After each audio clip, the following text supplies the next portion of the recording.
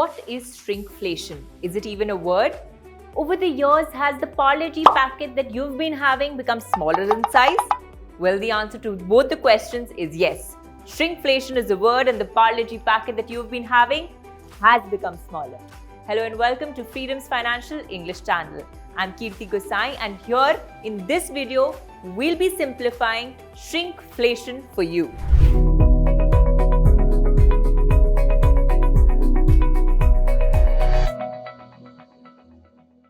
So first, let's find out, do people really know what shrinkflation is? Shrinkification, you're talking about mutual funds or stock market?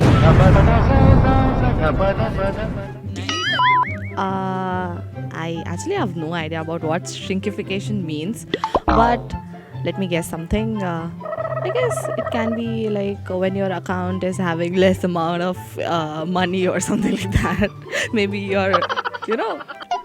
your account is getting shrinked or something like that.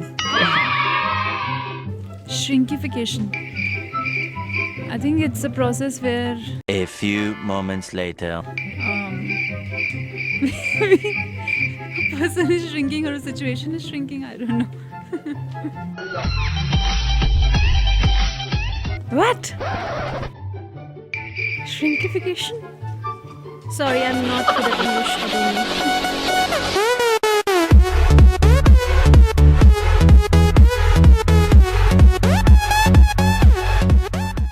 What is?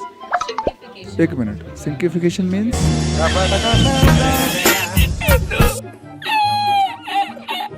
Shrinkfication.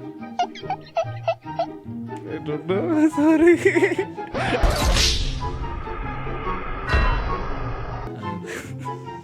Shrinking.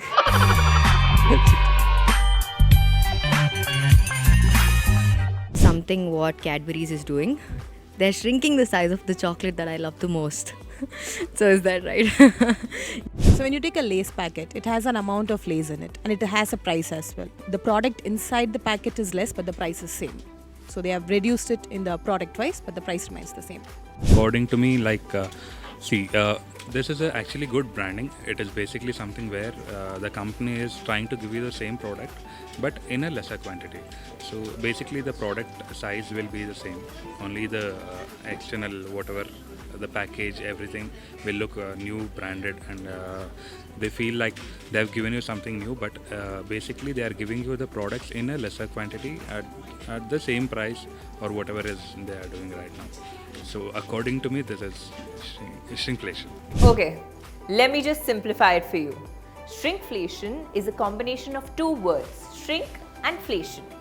The word shrink in shrinkflation is associated with the change in product size, while the term flation refers to inflation, which is also known as a rise in price level. Shrinkflation basically is a form of hidden inflation. So what does this exactly mean? Shrinkflation is the reduction in the size of a product in response to the rising production cost or market competition. Firms like Domino's and PepsiCo are prime examples of companies which have opted for shrinkflation rather than raising the prices. So now let's take the case of Coca-Cola. In 2014, it reduced the size of its large bottles from 2 liters to 1.75 liters. Well, that's a lot of cost cutting. Another example is that Toblerone in 2010 slashed the weight of the Toblerone bars from 200 grams to 175 grams. Yes, that's true. And Tetley in 2010 reduced the number of tea bags sold in one box from 100 to 88. These top brands used shrinkflation and indeed made huge profit margins. Now let's have a look at some recent examples. Nestle came under fire for reducing the size of its Cadbury Dairy Milk bar from 200 grams to 180 grams. And now, because of the increasing cost of chicken, Domino's, the brand Domino's, has announced that it is now going to include fewer chicken wings in its carry-out servicing. So that is 622 rupees. You'll now get only 8 pieces instead of the 10 pieces that you used to get earlier. Tillamook recently reduced the weight of its ice cream cartons to 1.3 kgs from the 1.5 kgs that you used to get earlier. Pepsi-Cola passed a number of shrinkification initiatives all across their host of brands. For example, the bags of party-size Frito scoops went from 18 ounces to 15.5 ounces this year. Shrinkflation is even hitting tissues. In the past few months, Kleenex has lowered the number of tissues in its smaller package from 65 to 60. So in short, raising the price per given amount has been the strategy employed by these companies. This strategy is mainly used in the food and beverage industry. This steadily boosts the profit margin rather than increasing the price of the product. The companies simply offer smaller package for the same sticker price. So next time you go to the market, do keep in mind if you see some packaging changes that are happening. The mantra that the companies use here is that the changes are minimal. Well, with every trick comes some risk. Shrinkflation runs the risk of turning customers away from the product or the brand if they notice that you are getting lesser for the same price.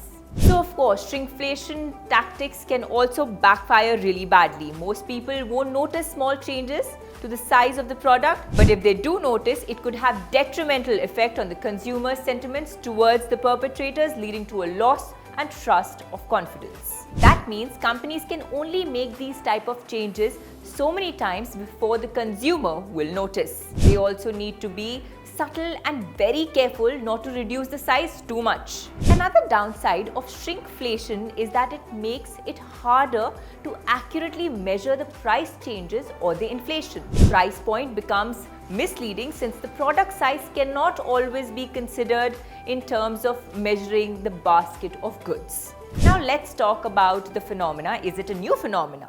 Shrinkflation is probably as old as mass consumerism. The trend has been visible during many economic downturns across the world. Bloomberg Quint had reported that shrinkflation was first noticed in 1968, where there was a column on shrinkflation which was named Packaged Inflation. The column had also praised the American industry for diversifying new methods to make products smaller while making the package larger.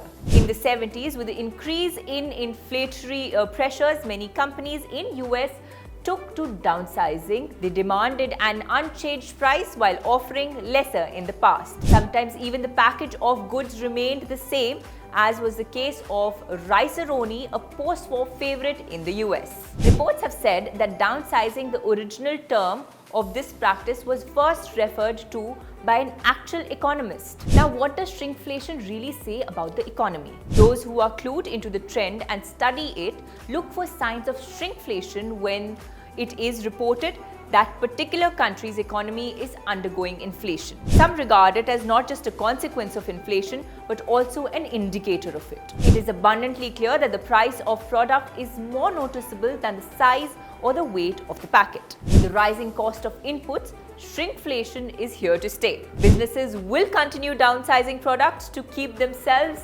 relevant to the consumers. What then should a consumer actually do? If you ask me that, you should just let the buyers be aware. So what does shrinkflation say about the economy of a country? Those who are clued into the trends and study, they look for signs of shrinkflation when it is reported that particular country's economy is going under inflation. Some regard it not just as a consequence of inflation, but also an indicator of it. It is abundantly clear that the price of a product is more noticeable than the size or the weight of the packet. With rising cost of inputs, shrinkflation is here to stay. Businesses will continue downsizing products to keep themselves relevant to the consumer. What then should a consumer do, you ask? Well, let the buyers be aware. The best way to combat shrinkflation is to keep oneself aware. Get an opportunity to look around for new products, new competitive products, and other shops wisely. What should a consumer then do? Well, if you ask me, the buyer needs to be aware. The best way to combat shrinkflation is to keep oneself aware, get the opportunity to look around for competitive products, and shop wisely. Well, with that, it's a wrap on this episode. Do like, share, and comment. And for more such financial knowledge, do download the financial app given in the description below.